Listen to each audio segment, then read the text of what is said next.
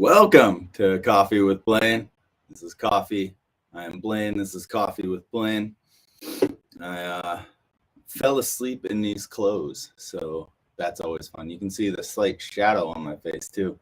I'm going to adjust the light a little bit. We'll see if that takes care of some of that shadow. Yeah, so I was wearing this hoodie last night. Fell asleep because I was chilly.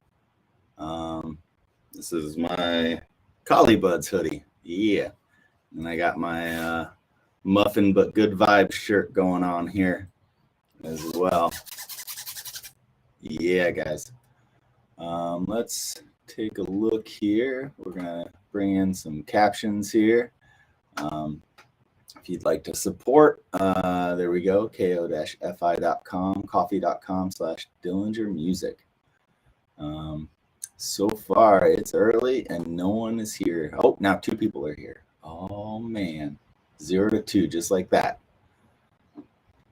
We're moving, guys. We're moving.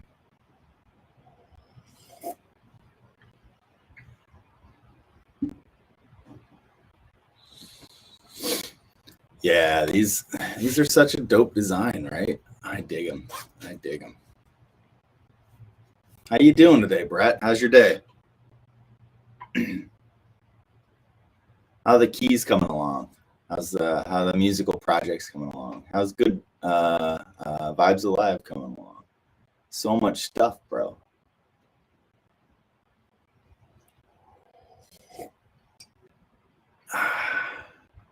That's good stuff. Good stuff.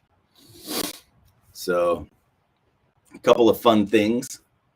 I keep adjusting this. All good. Keys are good. New music coming along. Some solo work. I like hearing that, bro. Solo work is dope. Jesse, AZ in the house. Yeah. I mean, literally, just you guys in the comments. ZC Keeley began jamming. All good things. All good. I love hearing that. I definitely love hearing that. Yeah. I got this fancy new gizmo for the studio. It's this arm like the professionals use, and I just have it attached back here to the bookshelf. And yeah, now I can play guitar without the microphone here in the way of the guitar when I'm teaching lessons. So I'm excited for that, especially because now I have the dual camera angle and such, and that's always fun. All the things. Jang, shout out. Can I ask some questions? Of course you can, bro. So the chat today, very fancy stand, right? Yeah, it's got a built-in XLR cable too that goes and runs all the way out, which is fun.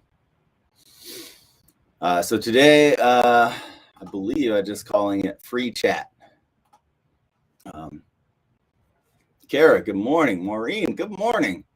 So far, so good. It'll be a good day.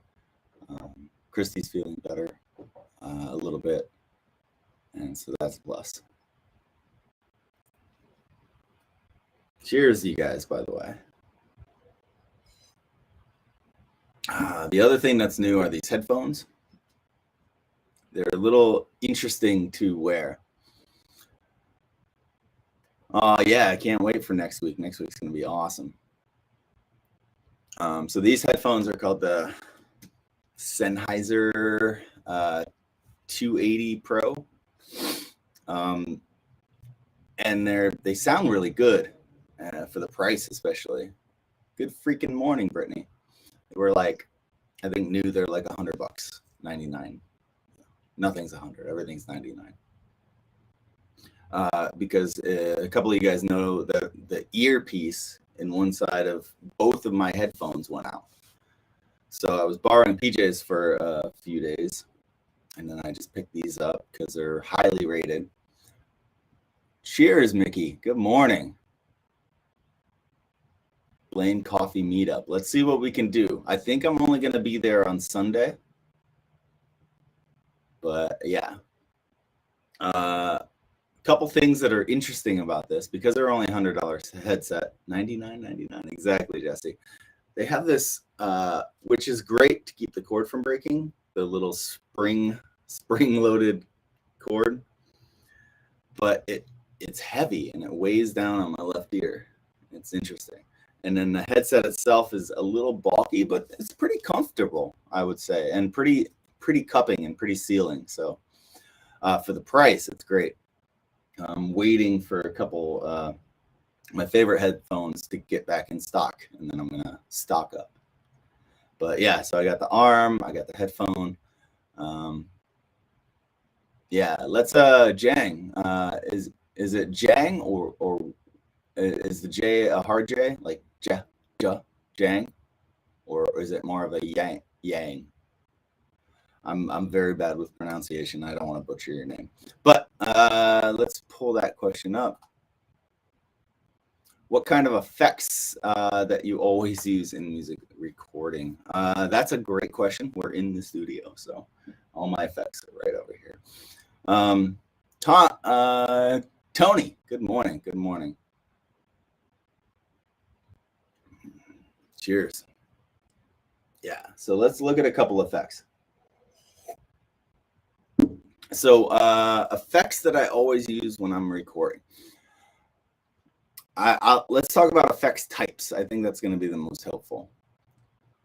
And I'll pull out some examples. Jessica, good morning. Cheers.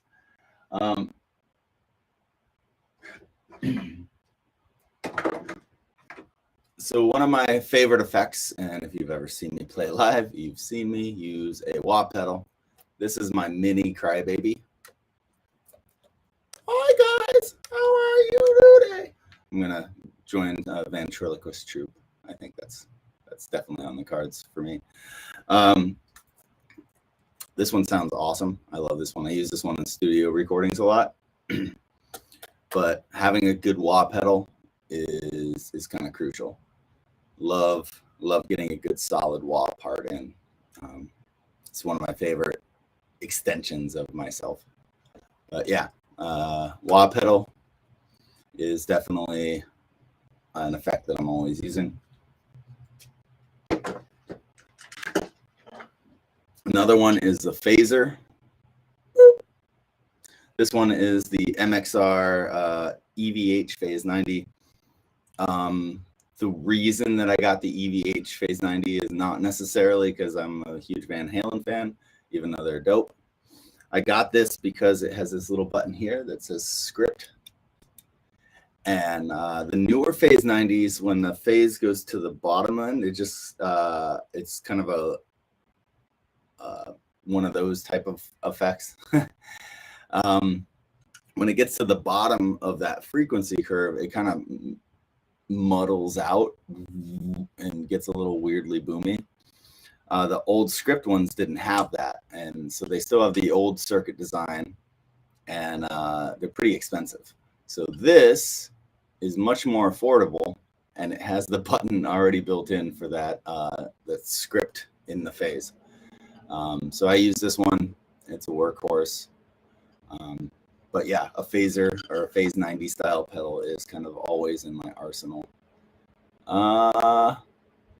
It's EVH's birthday today. Oh man, Logan, thanks for the heads up and cheers. So yeah, how could I not show off my EVH, right? ZC, what's up, Zach? Kaylin, good morning. Good morning. Yeah, we got Brett and Zach. Hell yeah. So for anyone just joining, Jang asked, it's right down there. I love having that. What kind of effects are you always using? Let's see, what else? The other thing is I'm always using some sort of overdrive pedal, overdrive or distortion. This has probably been my favorite lately. This is the Jhs Angry Charlie. So I use this overdrive. What's up? I didn't feed them, but they didn't seem like they needed fed. Maybe Barb did. I'd double check with her. So this is the Jhs Angry Charlie. We got to make sure the puppies eat. And it is kind of a Marshall style sound in the box. Get some good grit on this one. I also use tube distortion because I have a really nice tube amp. So, but I always love having overdrives and distortions. Tube screamer, I always like to have a tube screamer type of overdrive. I love having this one. I have a couple other like Klon style overdrives as well, which I love. Yay, Jennifer. Oh, that's awesome, Candace. Thanks for joining. Let's see. And I also love having a delay. I use delay all the time. Oh, speaking of delay, Zach. Yeah, so this one is the MXR carbon copy. This one's a fun all-purpose delay. Great analog sound. Tap tempo is a must for me, Zach, so I feel you with that. So every delay that I own, with the exception of one, has a tap tempo on it. Every once in a while, I'll use the non-tap tempo delay for a more loosey, retro style effect where the delays don't quite line up. But for the most part, I love having the tap tempo. So yeah, Carbon Copy Deluxe is great for that. I also have a Space Echo, which I use all the time. Space Echo, I can't not have a Space Echo in my arsenal.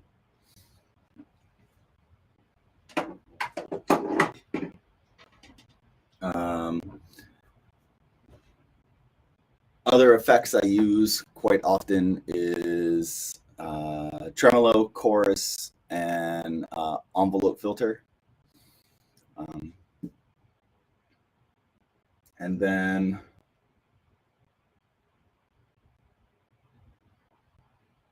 sometimes the reverb pedal for reverb stabs.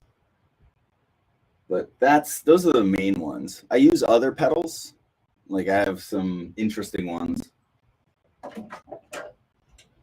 Like this Ravi Shankar Sitar emulator.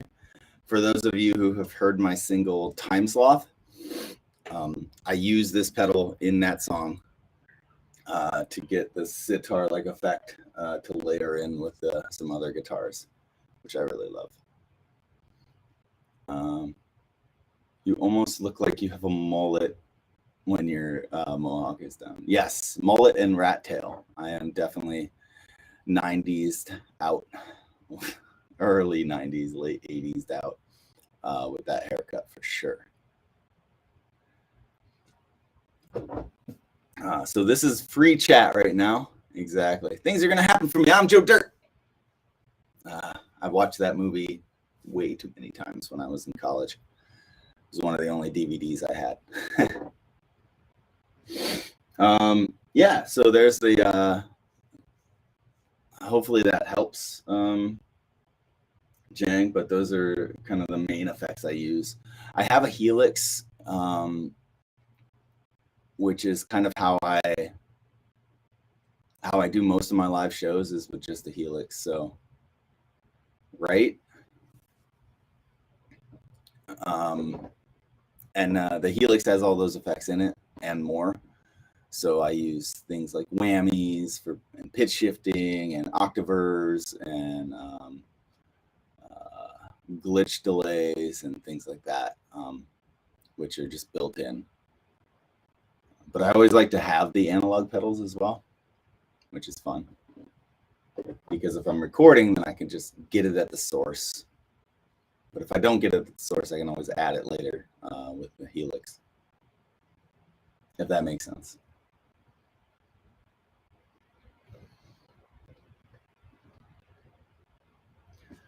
What am I doing? Oh, I'm putting this pedal away. So yeah, keep the questions coming, guys. I'm loving the question and answer sesh. Zach, what other pedals are you using? Let's ask someone else. It's always good to have multiple opinions on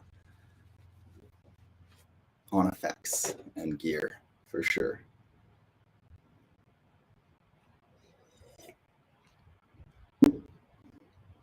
That's so good. So what I'm going to do is I'm going to move my keyboard here, move my coffee up here. I'm going to warm her up Cheers, guys. Yeah.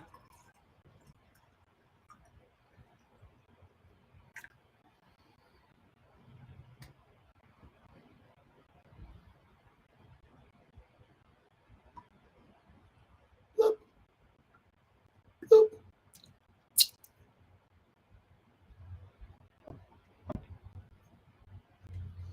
How do you prepare for a live show? Harry, good morning. That's a great question. Let me pop that up here.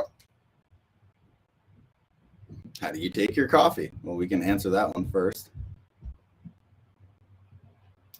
So I'm using some stevia with cinnamon, which honestly, full disclosure, I like the regular stevia more and actual cinnamon, but I'm just trying to use this up.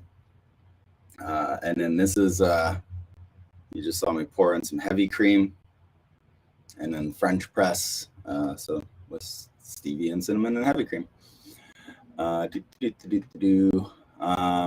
Let's actually jump here. We'll do this one and then we'll answer your question, Harry.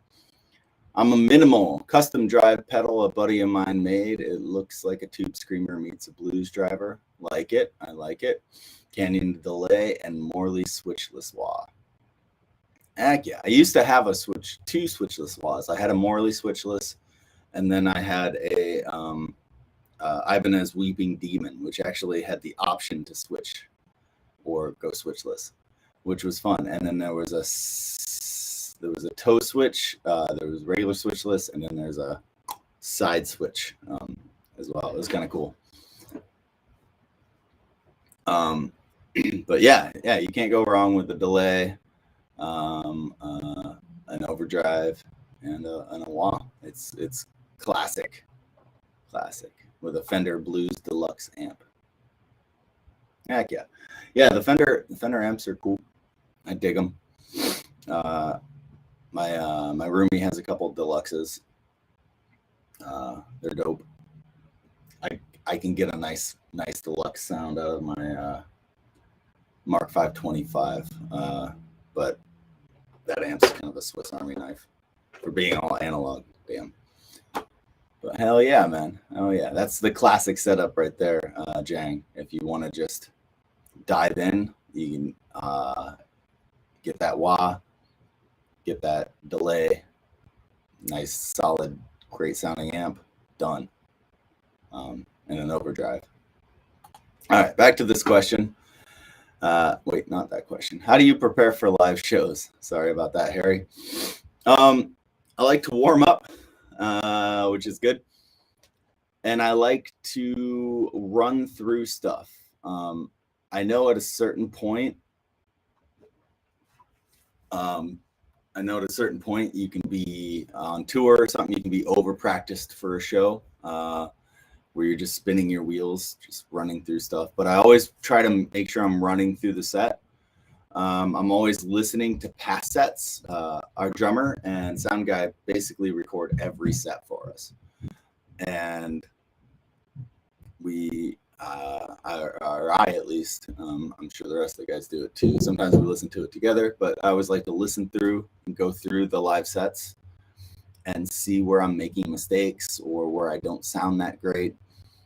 And I go to fix it or make it better. Excuse me. The other thing that I like to do is I like to go through and try to learn other people's parts. And then try to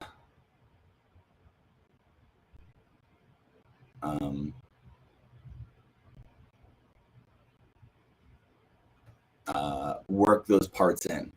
So maybe it's the horn line for Ganja. Maybe it's the organ part for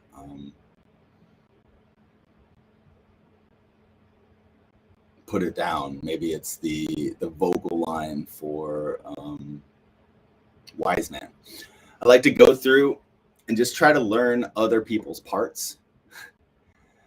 And that helps me get better grasp of the entire song. It also helps me because I'm not an auxiliary player in the sense where I'm like playing a bunch of different instruments. I mean, now I'm playing a second instrument, and I also play the little ook sometimes. So, but I'm not like, you know, somebody who's doing whatever. But in different scenarios, sometimes I have to hold down the rhythm guitar, and that's my thing. Like if you listen to the last YouTube performance from our live Reggae Rise Up, all I did was play rhythm. No leads, no solos, no nothing. I'm just holding it down, and then Chris is taking over everything. And Trish is just singing. Sometimes Trish is playing guitar, so I have to switch and dance around her. Sometimes we don't have Chris and Andrew, and it's just me and Trish and Andy, or me and Trish and Andy and Matt. So I have to play more horn lines, more textures, basically double bass lines.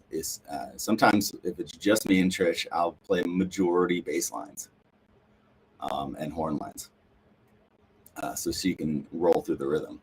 So I like to be as prepared with the song as possible by learning as much about the song as possible after I have my guitar part down.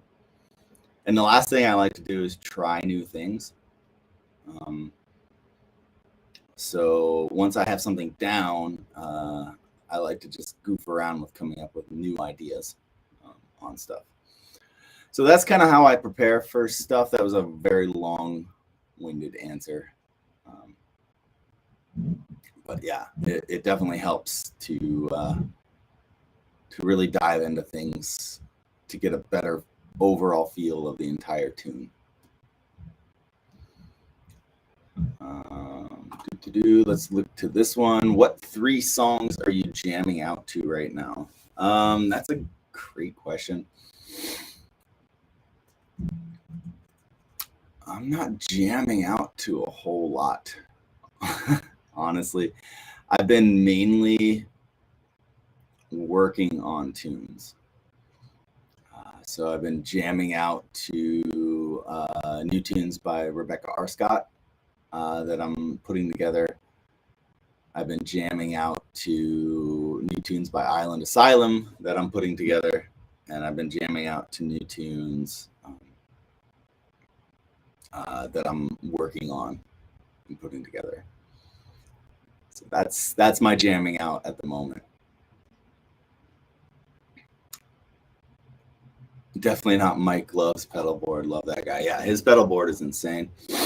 But he started as a solo artist, looping every part possible. So when I was talking about learning all the parts of the song, he's creating all the parts of his song himself for the most part. And he's building them all on top of each other by himself. So his effects are super varied because he needs to come up with all of these different sounds with just his voice and his guitar. Drums, bass, guitar, keys, horns, all the things, right? So I love that approach. And I love playing with effects. Just sometimes, you know, when you're touring a lot, practicality is an issue. And since I'm a member of a 9-piece band rather than a member of a 6 to 9 piece band rather than by myself, the setup varies for sure. The Reggae Rise Up set was amazing to watch live. Thank you. It turned out really well, I think. Happy accidents make awesome discoveries. I love that, Zach. I agree.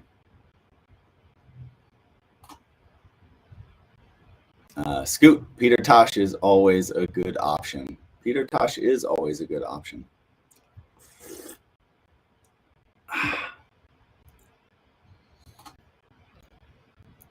Jennifer, approximately how many hours a week do you play guitar? That's a great question.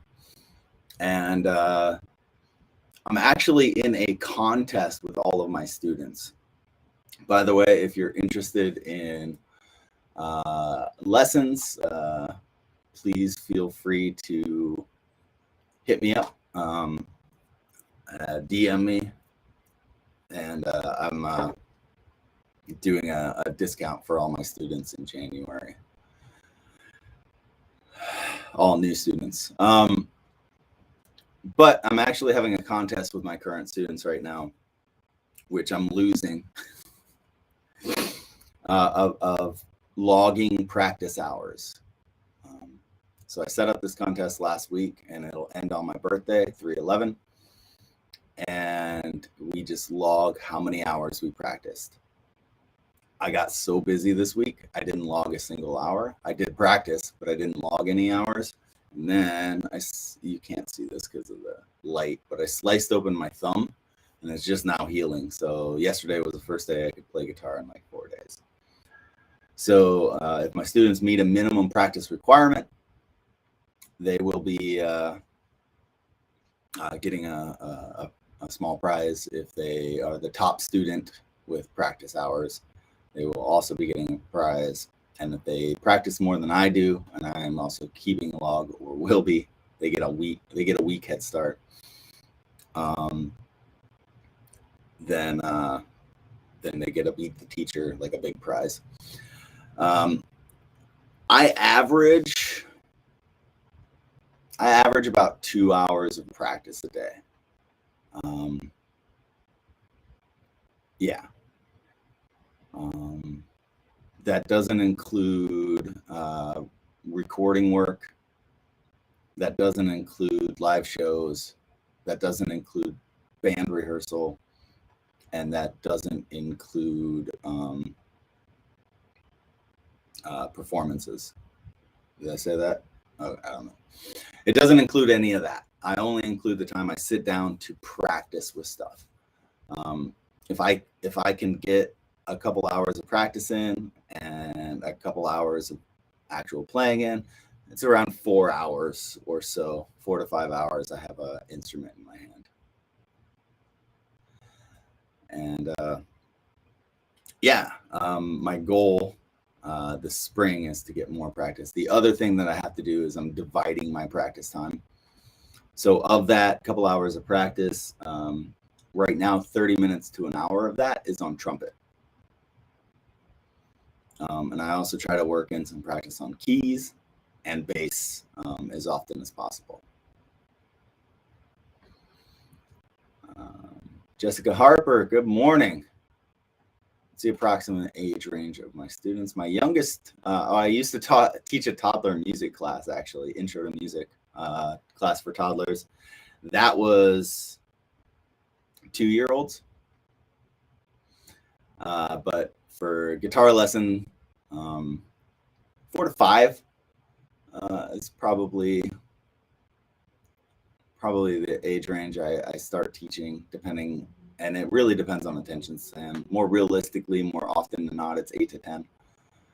But I've taught kids as young as 4. Some of them do quite well. A lot of them start on piano. And then I think my oldest student was 63, 65, something like that. He was about ready to retire, and he wanted to learn how to play Bob Seger songs by the campfire in Florida. So I've taught the gamut as far as age ranges. I've been teaching for 25, 26 years now. So I've been running through the gamut. So a lot of people might not know this, but I've been teaching guitar for a very, very, very long time. And it's not just something I'm doing because like now I have a platform. It's just something you may be hearing about. You know, I'm not trying to cash in. I'm not like a player trying to be a teacher. I put a lot of work into my teaching craft, and I've taken teaching pedagogy courses. I have a degree in jazz guitar performance, which includes a lot of other instrument training and teaching training, conducting classes, the whole nine. But I love doing it. It's one of my favorite things. And so it doesn't matter what age you are. Basically, we can grow together. That's for sure. The contest sounds fun. I'm probably behind. No, that's okay. I am too. Always working on your craft is crucial. I love that, Zach. It is. It very much is. How often do you practice a day? There's no right or wrong answer. I'm just curious.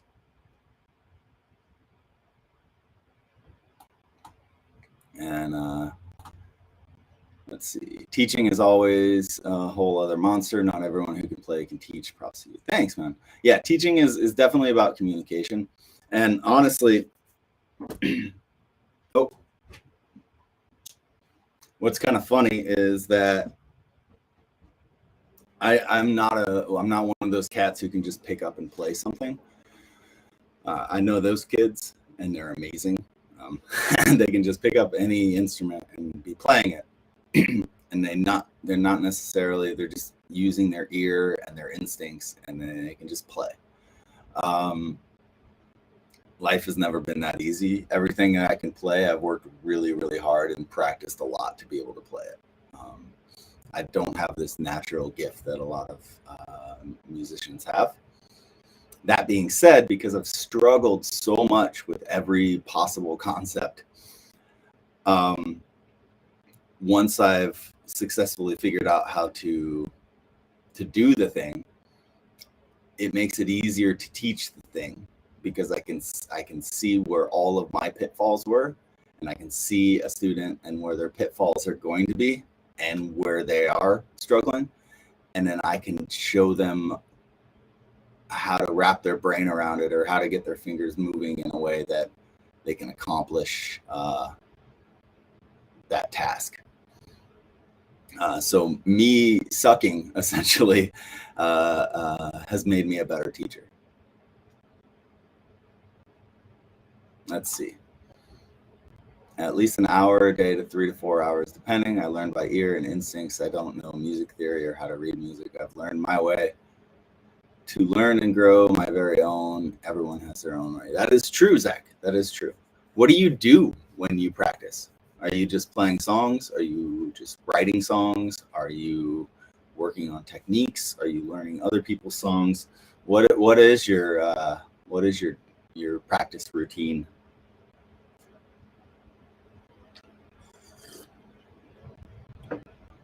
Oh, that was a really good sip, guys. It was a smile sip.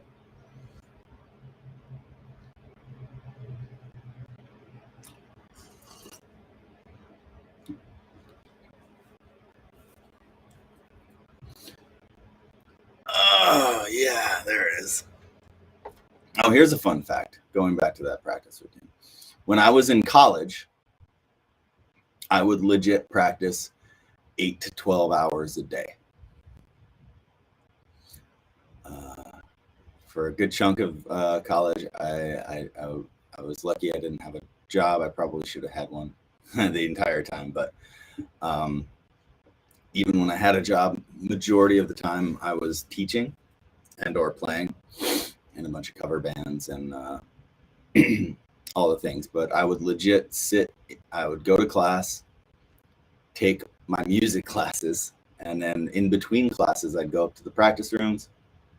I'd practice from in every space from the beginning of my first class to the end of my last class. And then I go back up to the practice room after grabbing a quick bite to eat, which I sometimes brought in the practice room. And I would just shed out till like midnight, 1, 2 in the morning sometimes. Pop the bus back to my place, or walk when I moved closer. And then I would go to bed, wake up early, do it all over again.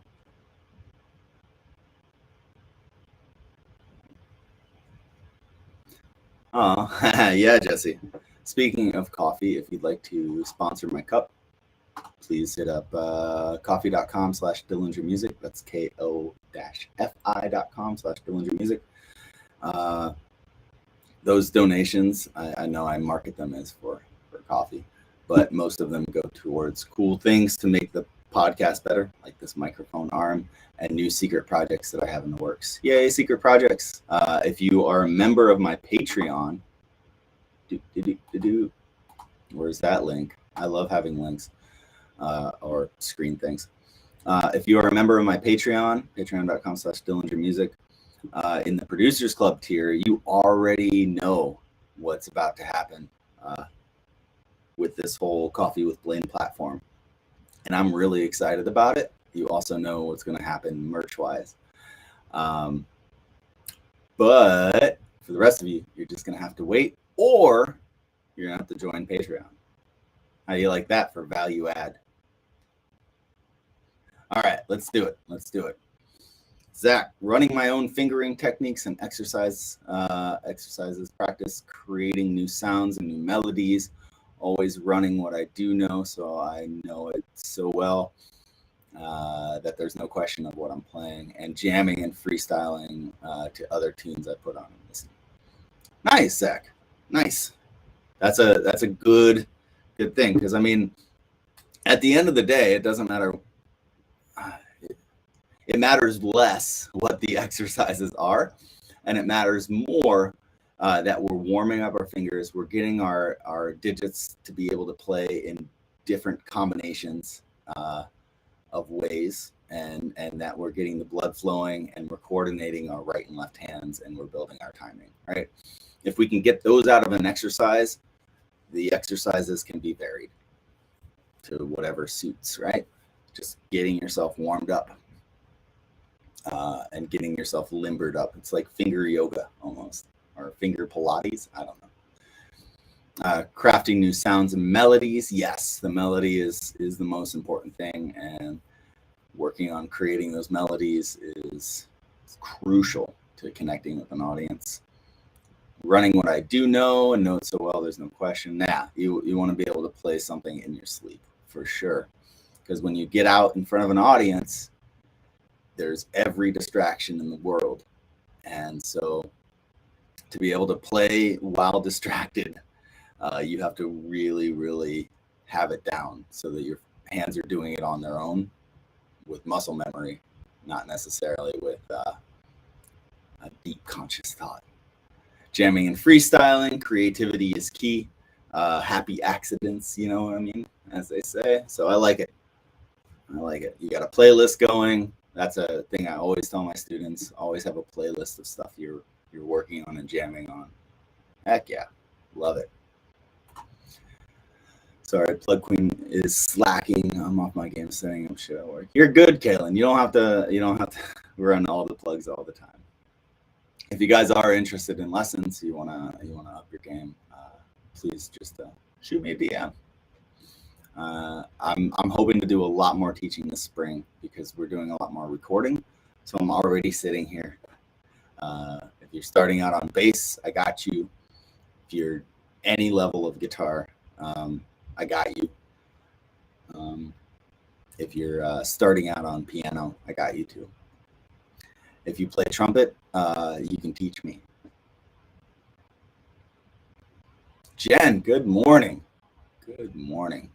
How are you?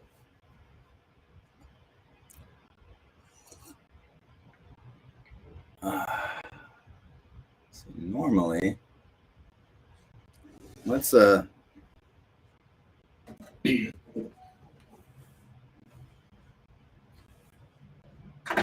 so the other aspect of practicing per se is getting for me is getting something to sound good in whatever platform I'm using. So what that means is I can pick up the guitar and I can play well, but if my guitar sounds like crap, if my tone is horrible, it'll turn a lot of people off, regardless. So crafting your tone is definitely something to work on as well.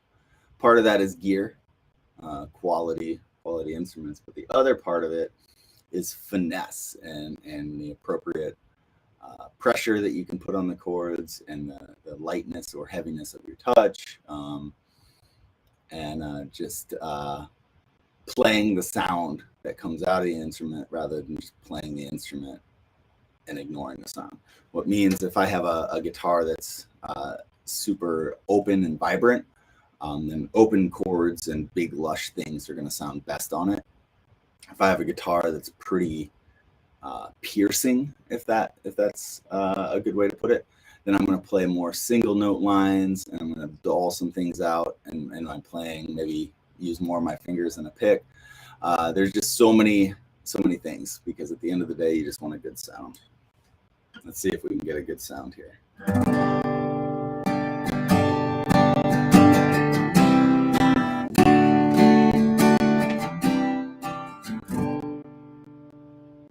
Not bad, not bad. What that tells me is I'm a little slightly out of tune.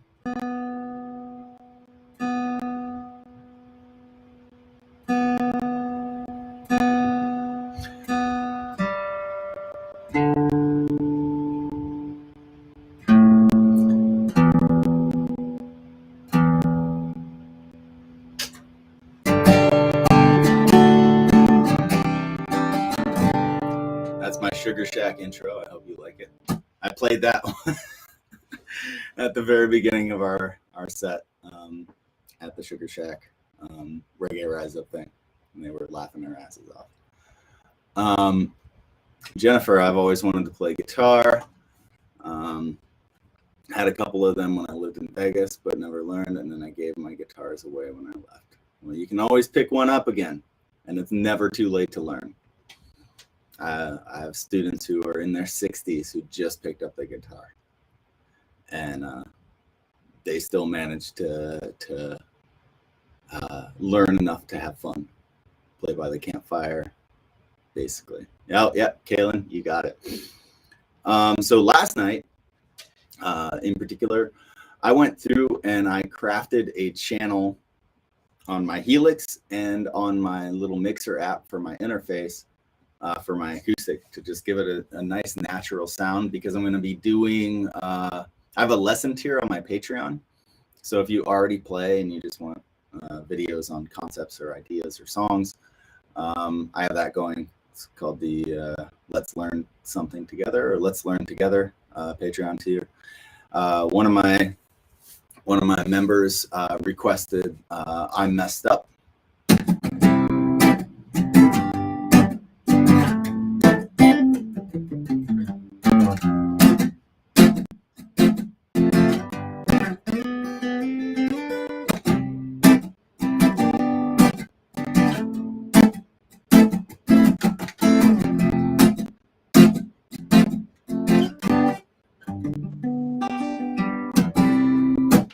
Right.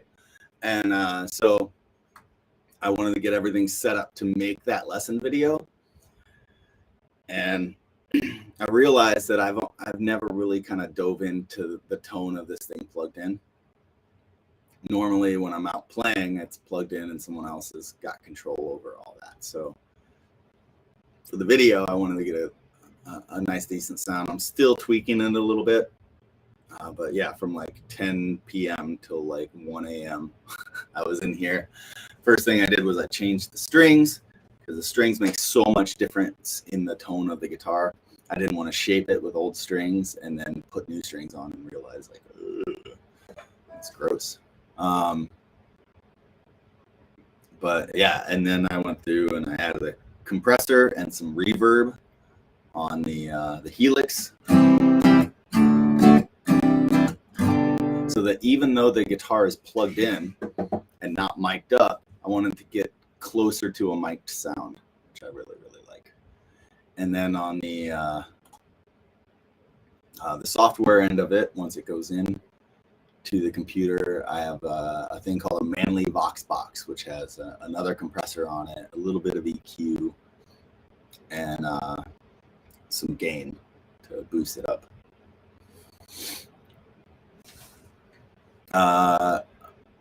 Let's look here. I've always learned music by ear. I can't always read music to save my life. And I was in chorus all but 1 year of school. Heck yeah. Yay, Kaylin. I didn't know that about you. Acoustic string choice. So I've been very fortunate to have that the band has been sponsored by Ernie Ball since I started playing. So most of my strings are the Ernie Ball Paradigm series for acoustic. They're coated kind of like elixirs. and have a nice bright sound to them.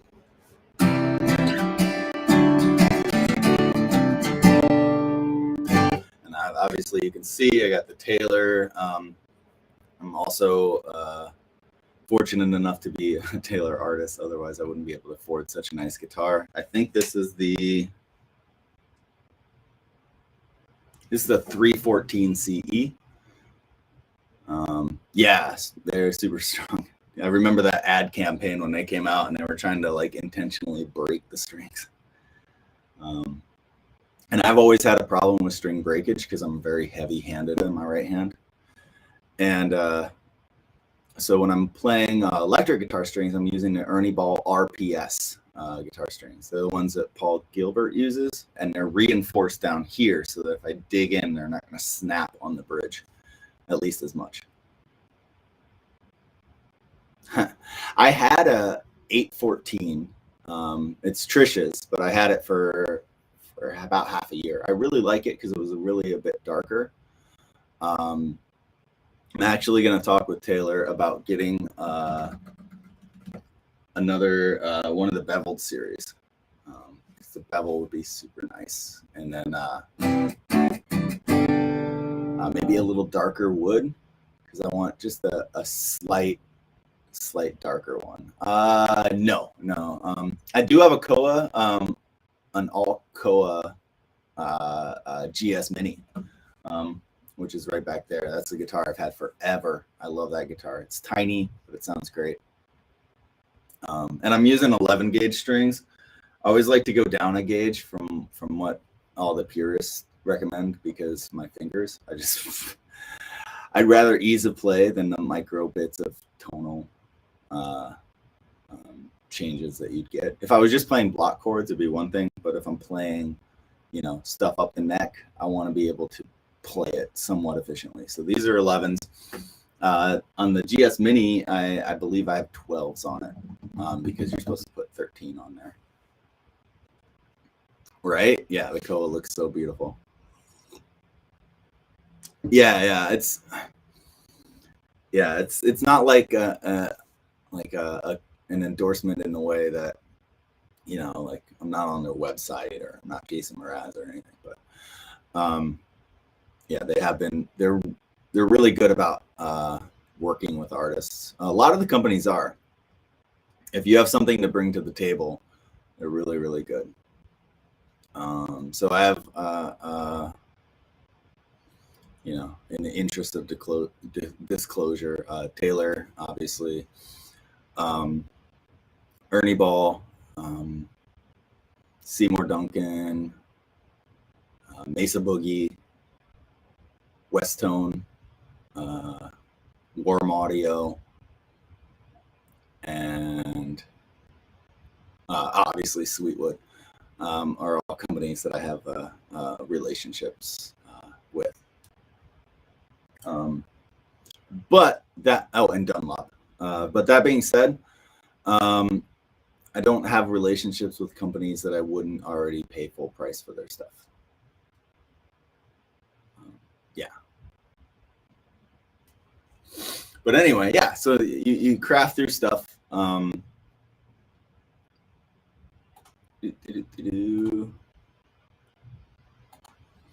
And trying to get good sounds, basically, and then find the right fit.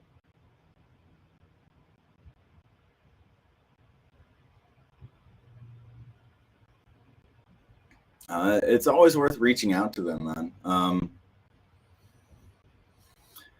There's nothing wrong with an email telling a company that you use and love their product already, and you're on a tour schedule, and you have a specific thing like, hey man, it'd be really, really cool to get some strings for this tour. I use your strings already, they're amazing, or your picks or something like that. Is there a way that I can maybe get artist pricing on some of it, because I need to, you know, get a lot. Yeah, so just building a relationship with the company, having a need, having an already use case, and those go a long way.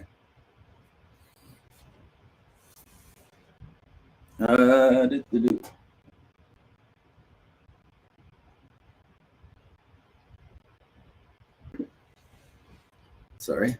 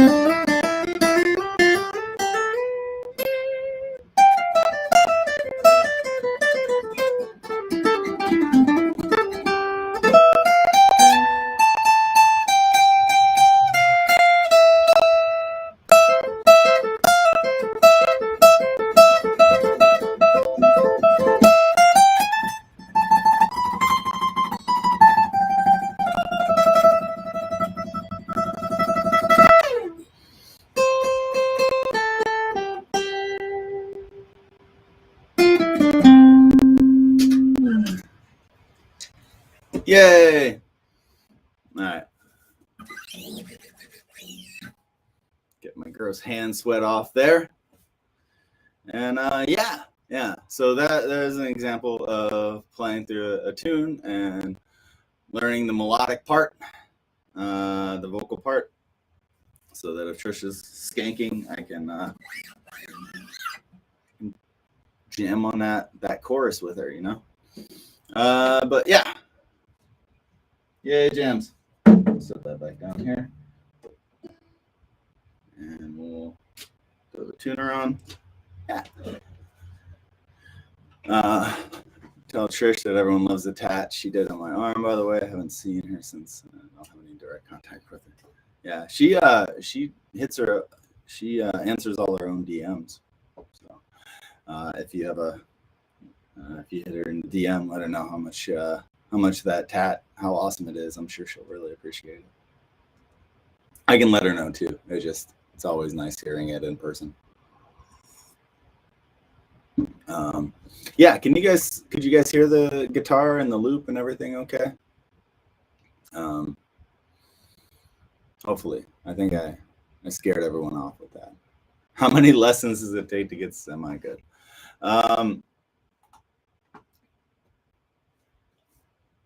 That is is, oh yeah, she's got the tattoo Insta page. There's probably much less people invading that inbox. It honestly, it doesn't depend on the amount of lessons as much as it depends on the amount of practice. So if you have one lesson a month and you practice every day for an hour or two, you're going to get much, much better in the same amount of time than if you had 2 or 3 lessons a week and never picked up the guitar other than that, if that makes sense. So getting a good practice schedule is the most important thing. Picking up and playing the guitar, who would have thought, right, is the most important thing. So as long as you're picking up and playing it, that directly correlates into things. And it's not how much you play at a time. It's just how often you play. So the brain basically works like this. If you pick something up, your brain stores it in like short-term memory. It's like the RAM on your computer. And if you pick something up once, it'll store it in that short-term memory. And then if you don't pick it up again for a while, it discards that information for the most part to make room for new information. When you practice it daily, even if it's for a short amount of time, like 10, 15 minutes, or twice a day, your brain will register that you need this information. So it'll move it from the short-term memory, like the RAM, to the long-term memory, like your hard drive. And so once it's stored on that hard drive, then that's when you're making progress. That's when you become semi-good guitar player. So it's a matter of getting that information from the short-term memory to the long-term memory. And it's just about how often you pick up the guitar and work on a specific thing.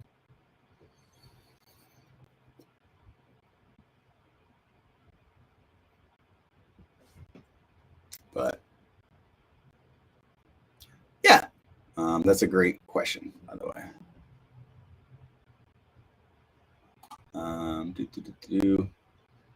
How's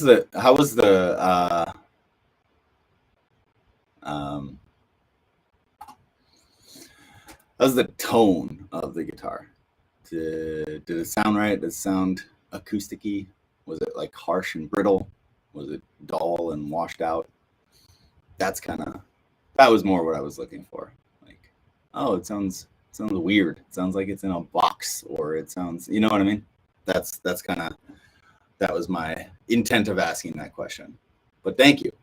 Yeah, I'm just waking up. That was the first time I played my guitar, so you can hear that there were a couple things that I needed to work out before I dove into it. And that's the thing, when you're just playing, when you're just creating, you're gonna make mistakes. I make a lot of mistakes all the time. When I'm performing, I take the best of what I play, basically, and I just avoid those mistakes. So it's good to get them out when you're practicing. It's good to try out things, see if they sound good or bad. And then when you get a performance situation, you can play it much safer, and your safer is going to be up here versus your old safe, which was down there. If that makes sense. All right, guys. I think we've hit an hour. I think we've lost most of our viewers. I'm really good at doing that. Thank you to my lonely Twitch follower, as always. If you guys are on Twitch, feel free to give me a shout. Same thing with YouTube. Like and subscribe would be amazing. We got youtube.com/Dillinger Music. Everything is Dillinger Music because branding. I have 59 minutes and 58 seconds. Oh, there's the hour mark. We have twitch.tv/Dillinger Music as well.